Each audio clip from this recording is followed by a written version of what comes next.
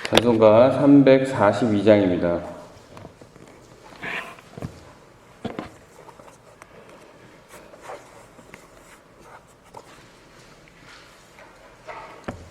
찬송가 342장입니다.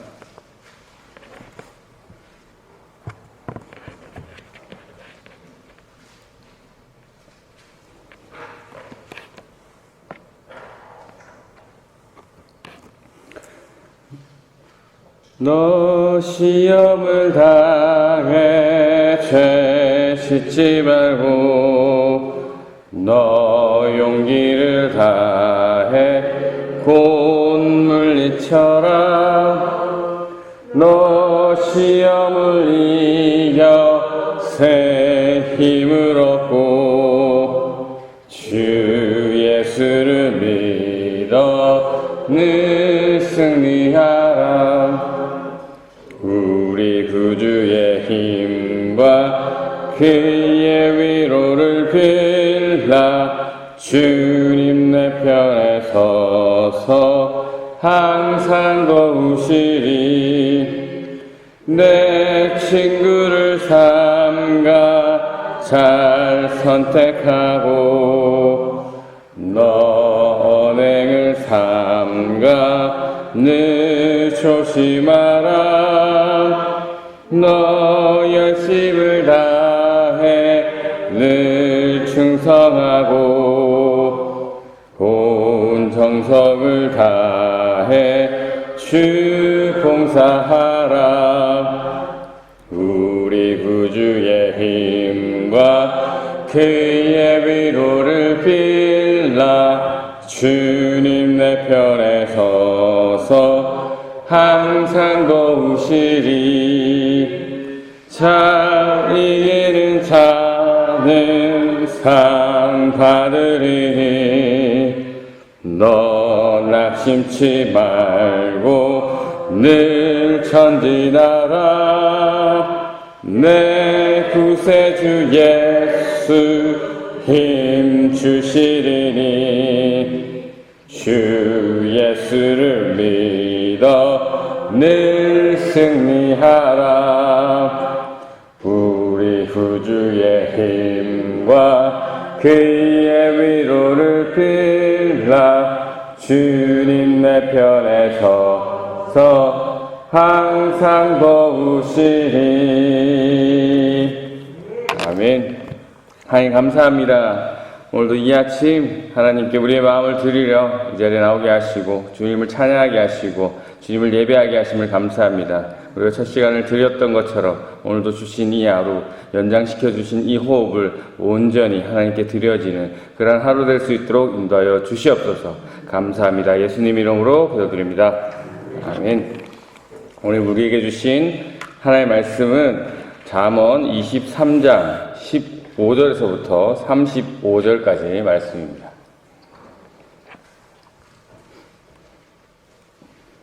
잠언 23장 15절에서부터 35절까지 말씀입니다. 제가 봉독해 드리겠습니다.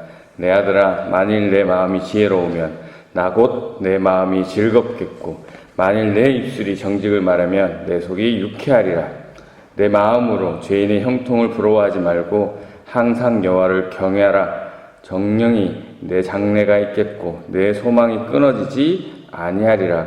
내 아들아, 너는 듣고 지혜를 얻어 내 마음을 바른 길로 인도할지니라. 술을 즐겨하는 자들과 고기를 탐하는 자들과도 더불어 사귀지 말라. 술 취하고 음식을 탐하는 자는 가난하여질 것이요 잠자기를 즐겨하는 자는 헤어진 옷을 입을 것임이니라. 너를 낳은 아비에게 청종하고 내 늙은 어미를 경히 여기지 말지니라. 진리를 사되 팔지는 말며 지혜와 훈계와 명철도 그리할지니라. 의인의 아비는 크게 즐거울 것이요 지혜로운 자식을 낳은 자는 그로 말미암아 즐거울 것이니라. 내 부모를 즐겁게 하며 너를 낳은 어미를 기쁘게 하라. 내 아들아, 내 마음을 내게 주며 내 눈으로 내 길을 즐거워할지어다. 대저 음녀는 깊은 구덩이요 이방 여인은 좁은 함정이라. 참으로 그는 강도같이 매복하여 사람들 중에 사악한 자가 많아지게 하느니라. 재앙이 네게 있느뇨, 근심이 네게 있느뇨, 분쟁이 네게 있느뇨, 원망이 네게 있느뇨, 까닭 없는 상처가 네게 있느뇨, 붉은 눈이 네게 있느뇨. 술에 잠긴 자에게 있고 혼합한 술을 구하러 다니는 자에게 있느니라. 포도주는 붉고 잔에서 번쩍이며 순하게 내려가나니 너는 그것을 보지도 말지어다. 그것이 마침내 뱀같이 물 것이고 독사같이 쏠 것이며 내 눈에는 괴이한 것이 보일 것이고 내 마음에 구부러진 말을 할 것이며 너는 바다 가운데 누운 자 같을 것이요 돛대 위에 누운 자 같을 것이며 내가 스스로 말하기를 사람이 나를 때려도 나는 아프지 아니하고 나를 상하게 하여도 내게 감각이 없도다. 내가 언제나 깰까 다시 술을 찾겠다 하리라. 아멘. 오늘도 주신 본문을 통해서 하나님께서 오늘 나에게 주시고자 하는 그 하나님의 뜻을 깨닫는 귀한 은혜의 시간 되시기를 바랍니다. 오늘 역시 오늘은 부모가 자녀에게 훈계하는 비유로 이제 말씀을 시작하고 있는데요. 15절 말씀 보시면 내 아들아 만일 내 마음이 지혜로우면 나 곧 내 마음이 즐겁겠고 부모로서 자녀의 마음이 지혜로우면 그것을 보는 부모는 즐겁다라고 말씀하고 있죠. 이 말씀은 사실 13절, 14절 앞에 내용과 연결되고 있습니다. 13절을 잠깐 보시면 아이를 훈계하지 아니하려고 하지 말라. 채찍으로 그를 때릴지라도 그가 죽지 아니하리라. 무슨 말입니까? 자녀를 훈계하지 않아서 이 자녀가 잘못되는 어리석음을 범치 말고 때려서라도 이 자녀를 훈계하라라는 말씀이죠. 이 때리는 것이 포인트는 아니고요. 훈계하라가 포인트죠. 왜 때려서라도 훈계하라고 합니까? 14절에 나와 있습니다. 네가 그를 채찍으로 때리면 그의 영혼을 수월해서 구원하리라. 훈계를 통해서 자녀의 영혼을 수월해서 구원할 수 있기 때문에 그렇게 하라는 것이요. 그래서 여기서 때려서 나의 자녀를 수월해서 구원할 수 있다는 것을 아신다면 그것을 안 할 부모는 아무도 없을 겁니다. 그래서 때려서 부모가 훈계를 하게 되었을 때 이것으로 인해서 15절에 자녀가 지혜롭게 되면 그것을 보는 부모의 마음은 즐겁게 된다라는 말씀이고요. 여기서 부모가 하는 훈계가 또 중요하겠죠. 14절에서 훈계를 통해서 수월해서 구원한다라는 표현도 그렇고 우리가 계속 잠언서를 통해서 보셨던 것처럼 이 부모가 자신의 생각으로 훈계하는 것이 아니고 하나님의 말씀을 기준으로 한 그것을 가지고 훈계를 하는 것이죠. 부모가 자녀를 훈계해서 자녀가 하나님의 경외하는 마음이 생기면 그것을 보는 부모는 그 어떤 것보다 기쁠 것이다 라는 말씀이죠. 16절에도 만일 내 입술이 정직을 말하면 내 속이 유쾌하리라. 자녀가 하나님을 경외하는 지혜를 통해서 정직하고 또 공평하고 공정하게 된다면 그것을 보는 부모는 기뻐한다 라는 말씀입니다. 17절 말씀입니다. 내 마음으로 죄인이 형통을 부러워하지 말고 항상 여호와를 경외하라. 이 말은 자녀가 평소에 이 죄인의 형통을 좀 부러워했을 수도 있다라는 생각을 부모가 가질 수도 있죠. 그래서 그거에 대한 부모가 얘기하는 거죠. 부모는 왜 자녀에게 죄인의 형통을 부러워하지 말고 항상 여호와를 경외하라고 얘기합니까? 18절에 보니까 정령이 내 장래가 있겠고 내 소망이 끊어지지 아니하리라. 여호와를 경외하는 자는 소망이 끊어지지 않고 내 장래가 있다라는 표현은 영생을 얻는다, 영생이 있다라는 표현으로 이해하시면 됩니다. 이 말씀은 죄인들은 지금 형통한 것처럼 보이지만 장래가 없다라는 것이죠. 소망이 없다라는 것이죠. 이 구절에 대해서는 우리가 너무나 잘 알고 있습니다. 우리가 주님 앞에 서는 날 죄에 대한 심판이 반드시 있음을 하지만 그때는 너무 늦다라는 거. 미래가 있고 소망이 끊어지지 않기 위해서 19절에 보니까 내 아들아 너는 듣고 지혜를 얻어 내 마음을 바른 길로 인도할지니라. 부모로서 내가 하는 말이 무조건 맞으니까 내가 부모니까 내 말을 들어 이런 것이 아니라 부모님의 하나님께서 주시는 그 말씀 하나님을 경외하는 그 지혜를 통해서 이렇게 살아야지만 영원한 생명을 얻는 바른 길이다라는 것으로 내 자녀를 공개한다. 그래야 자녀가 바른 길로 갈 수 있다라는 얘기고요. 20절 말씀, 술을 즐겨하는 자들과 고기를 탐하는 자들과 더불어 사귀지 말라. 네, 여기서는 또 술과 고기를 지나치게 많이 먹는 행위를 경고하고 있습니다. 네, 계속해서 봤던 내용이죠. 이 술과 고기를 많이 먹는 것은 어리석고 미련한 행동이라는 것인데, 지난주에도 말씀드렸지만 이스라엘 백성들은 포도주에 물을 넣어 먹는 문화이기 때문에 우리가 얼핏 생각하기에는 술 취할 확률이 더 높아 보이지만 실제로는 이 술에 대해서 엄청난 주의를 하고 어릴 때부터 철저하게 훈련하고 그 주의를 받는 그러한 모습을 가지고 있습니다. 그리고 고기라고 표현되어 있지만 이 음식이라고 이해하시면 됩니다. 이 음식을 과하게 먹는 것에 대한 경고를 성경은 하고 있습니다. 잘 먹으면 좋지, 잘 먹으면 좋은데 과하면 안 된다는 얘기죠. 네. 음식이든 술이든 과하면 하나님의 말씀을 따르지 않는 미련하고 어리석은 행동임을 오늘 이 구절이 말씀하고 있는 거고요. 21절, 술 취하고 음식을 탐하는 자는 가난하여질 것이요 잠자기를 즐겨하는 자는 헤어진 옷을 입을 것임이니라. 네, 술 취하게 됨으로 오는 좋지 않은 모습들, 그리고 음식에 대한 욕심으로 일어나는 나쁜 결과들로 가난하게 될 것이고, 또 과하게 잠을 잠으로써 궁핍하게 될 수 있다라는 것을 경고하고 있습니다. 네, 과하지 말라라는 것에서 어느 정도의 주의를 주는 것이 아니라 여러 번 반복적으로 강하게 이야기하는 것이거든요. 한 번의 과함도 용납하지 않겠다라는 표현인 것입니다. 그래서 과한 것은 하나님의 말씀을 따르지 않는 미련한 자의 모습이고, 지금은 그 미련한, 그 과한 것, 그리고 하나님 말씀을 따르지 않는 그 악한 사람들이 형통한 것처럼 보일지 모르지만, 그 과함 때문에 소망이 끊어지고 장래가 없게 될 것이다 라는 그런 문맥적인 내용이고요. 22절, 너를 낳은 아비에게 청종하고 내 늙은 어미를 경히 여기지 말지니라. 네, 왜 부모의 말에 귀를 기울여야 한다고 말씀드렸습니까? 네, 이스라엘은 어려서부터 부모님 교육을 받죠. 신앙교육을 받습니다. 그 신앙교육이 하나님의 말씀이죠. 그렇기 때문에 하나님의 말씀을 가르치는 부모의 말씀에 항상 귀를 기울여야 합니다. 그리고 하나님의 말씀에 부모를 공경하라라는 말도 있죠. 율법에. 그렇기 때문에 자녀라면 기본적으로 이 하나님 말씀에, 부모님의 말씀에 귀를 기울이는 것이 또 효입니다. 하나님 말씀 명령이시기도 하고. 23절 말씀입니다. 진리를 사되 팔지는 말며 지혜와 훈계와 명철도 그리할지니라. 부모가 가르치는 훈계를 통해서 진리를 얻게 되면 이 진리를 통해서 지혜와 훈계와 명철도 얻을 수 있다.